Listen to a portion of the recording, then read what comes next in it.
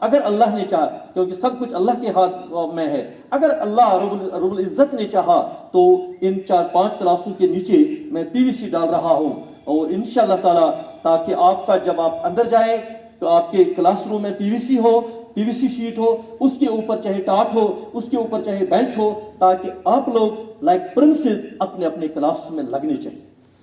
اور میں آپ لوگوں سے، اپنے اساتذہ صاحبان سے درخواست کرتا ہوں، چند بچیوں اور لڑکوں سے مشاورت کر کے، کیونکہ پچھلے سال کوئی وردی